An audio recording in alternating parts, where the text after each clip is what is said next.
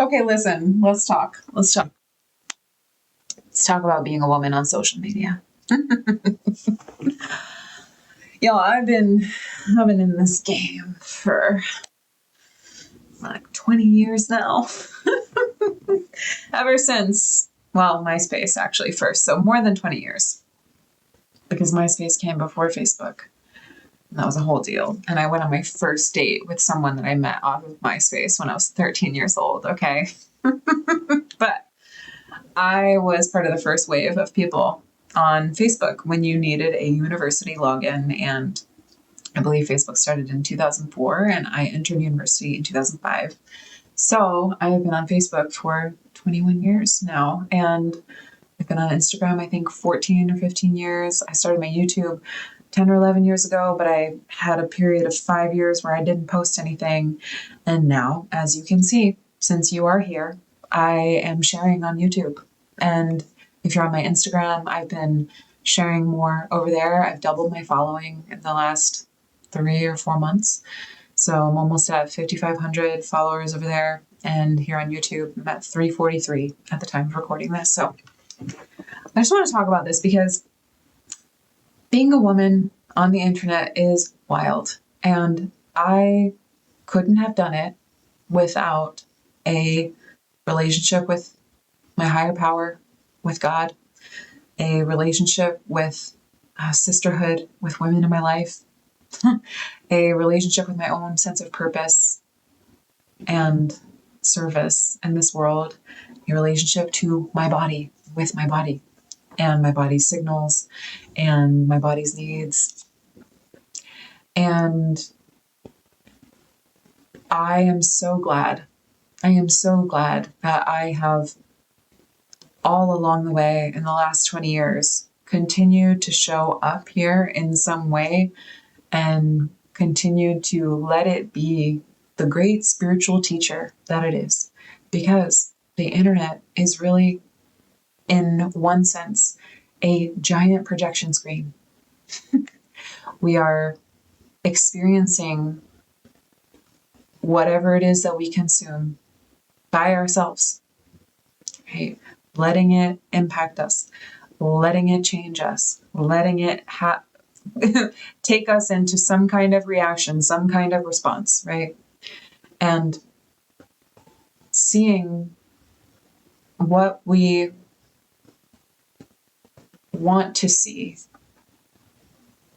whether it's because we're choosing what it is that we consume, but also seeing what we want to see in the sense that if I'm sharing myself from my heart and from what is true on social media, there are people who witness me and what I have to say and see what they want to see in the sense that they see something that is so far out of the realm of my actual true intentions, right?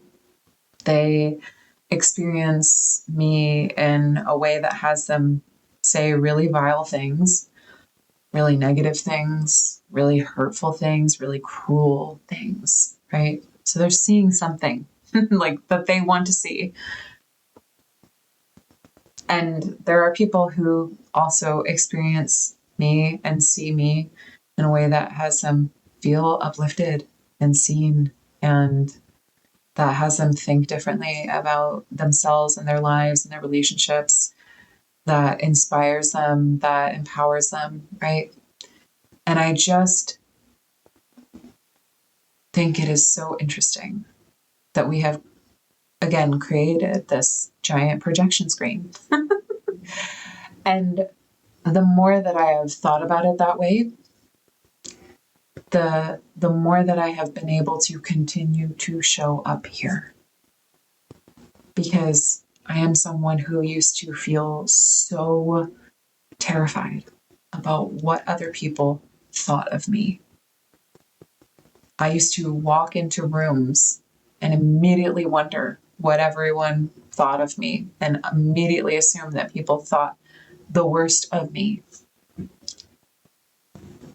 And it took me years of undoing this and of bringing the unconscious patterns into consciousness in my own life for me to see that all that time I was projecting that other people were judging me. I was actually judging them.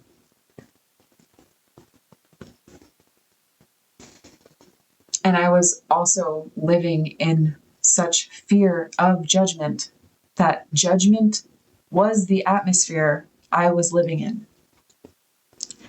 So think about this.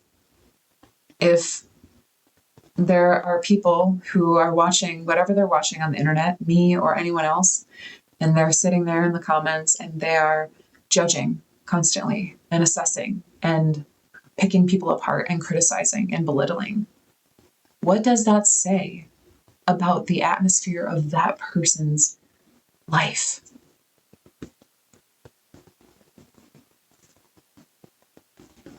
Similarly, if a person is watching me or anyone on the internet and they are placing themselves in front of people, in front of thought leaders, in front of educators, in front of thinkers, writers, artists who have them feeling inspired, empowered, excited, joyful, encouraged, what does that say about the atmosphere of that person's life?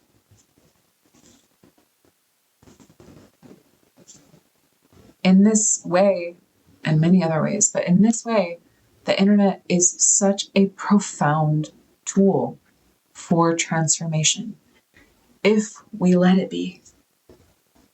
If a person comes into conscious awareness that they get to use it that way. And I will give you an example. I have still had fears come up as I've shared myself, as my following grows. I've still had these fears of people saying mean things, of people misunderstanding what I'm saying, of people assuming the worst, right? Which, side note, really funny that this happens on 3-minute reels on Instagram, because there's only so much that can be said in a 3-minute reel.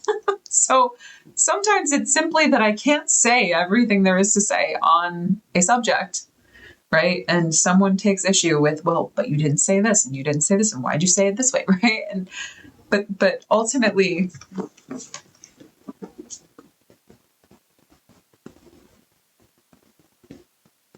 if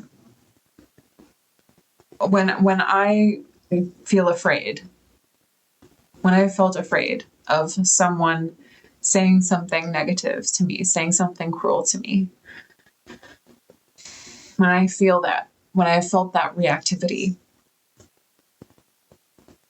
and I felt this recently, I realized that I wasn't actually allowing myself to experience the anger. And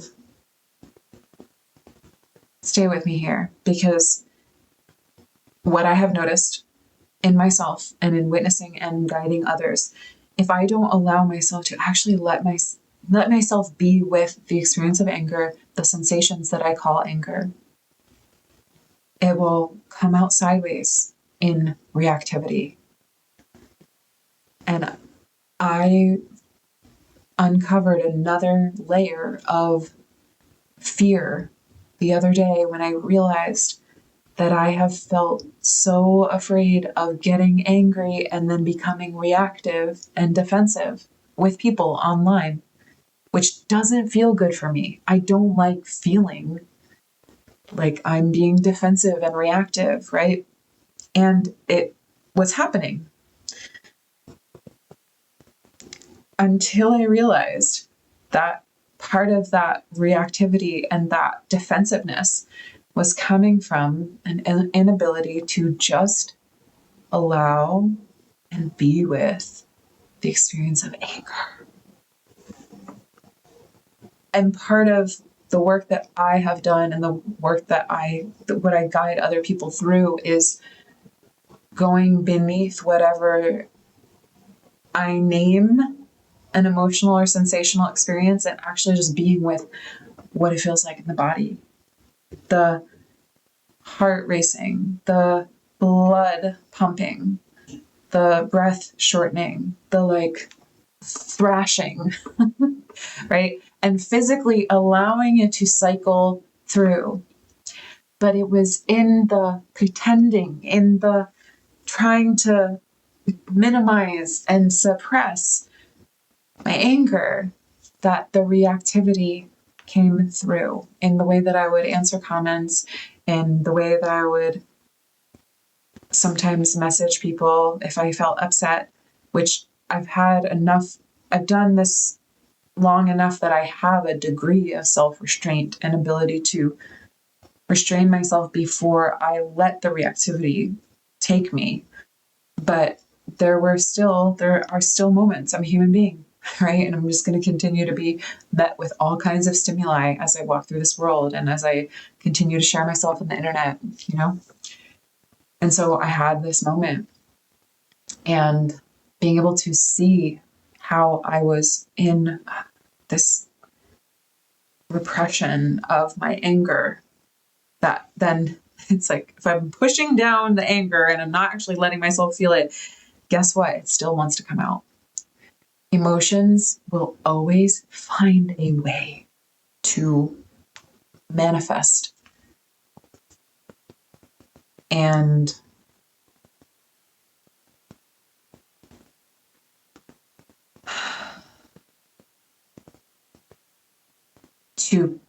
to pretend that as a woman, as a deeply feeling woman, I'm going to walk forward in this sharing of myself on social media and on the internet and on YouTube, to pretend or deny that I'm going to continue to have a sensational experience is to actually miss part of the profound spiritual teaching that is available here. Because part of life is experiencing the sensation, the emotion of being alive. And what a practice ground, what a dojo it is for me to be here sharing myself vulnerably, sharing myself honestly, more honestly than I ever have. That has been a huge calling that I have stepped into this year, 2026. And I think it's so important in the day and age that we are living in, because y'all, people want the truth. They want what's real. So many people. I can't speak for all people, but so many people. And I'm willing to say what's true. I'm willing to look at what's true and to share it. That is something around which I orient myself and my life.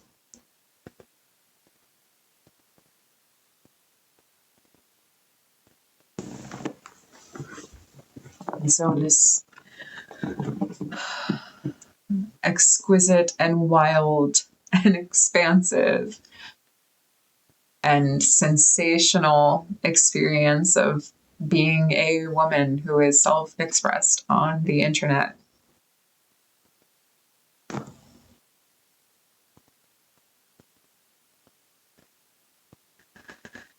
Well, it's a journey, and it's one that I will continue to be on. And I will tell you right now that another part of what has made this possible for me is making sure in my daily life as I walk through the physical world to actually stay grounded and rooted in the here and now 3D reality, to remind myself that I am here in a body.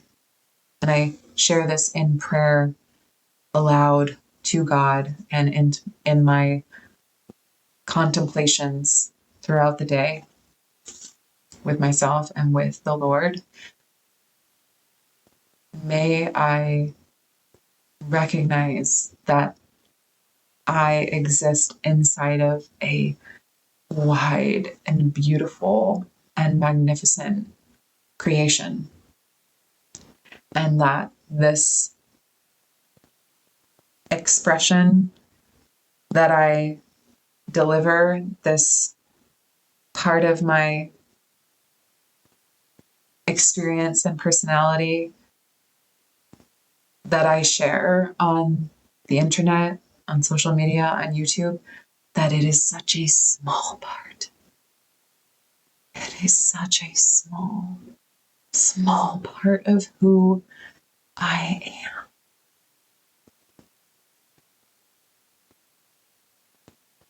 This is key. This is been key for me. I'm sharing it because I know that if you're watching this, it is probably key for you too. To become so rooted in the physical reality, in the physical, this here and now, breathing, heart beating body, that the little bits of oneself that get to be shared out in the World Wide Web are so small that it puts into perspective those mean, cruel, judgmental, condemning, belittling comments.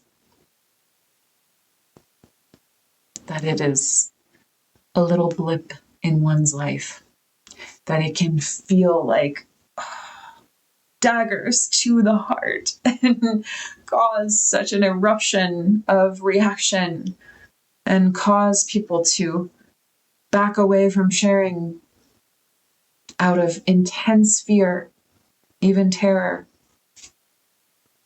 And it's a couple of little characters on a screen. That is a response from some person who has a whole big life and world, and I've just begun to pray for them. When I experience that reactivity, I have begun to pray for them. When I've experienced their reactivity on my own, pray. Little words on a screen. I am so much bigger. You are so much bigger. If you're someone who has a big, sweet, soft, sensitive heart, who wants to be of service to the world, who wants to share yourself more vulnerably and truthfully, who knows that you have a story and a testimony to share, who wants to inspire others in this World Wide Web, who wants to practice being confident and self-expressed. Like, this is your moment. And it's not like it's going to go away. So whether it takes you 5 minutes from now or 5 weeks from now or 5 years from now, you'll be here. But if it's something that you want, it's something that you feel called to,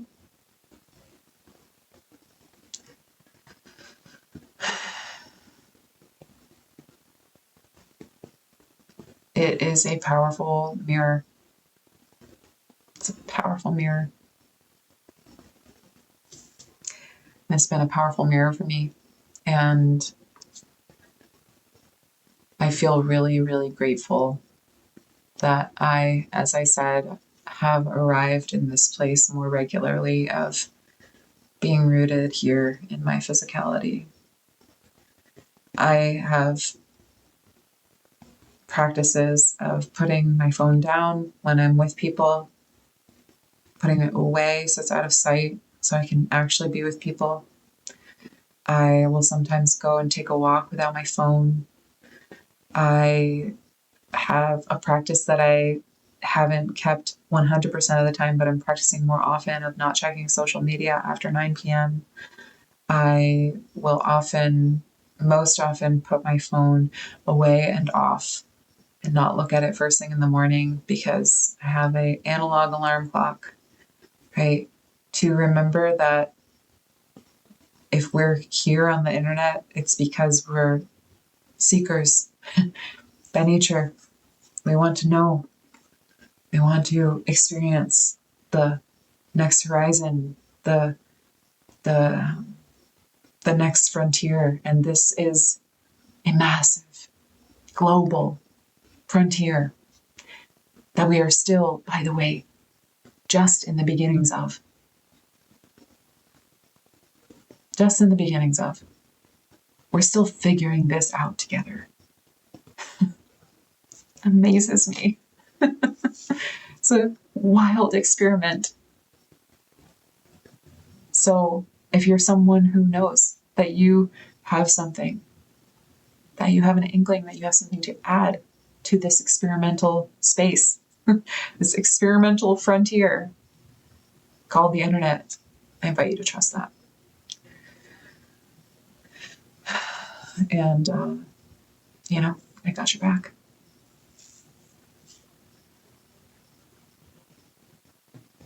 Yeah. I'm excited to see where this all goes. And wherever it goes, I'm just going to continue to enjoy my life.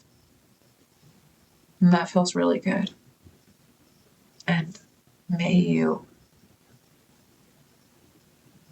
so thoroughly enjoy yours as well. Sending you so much love.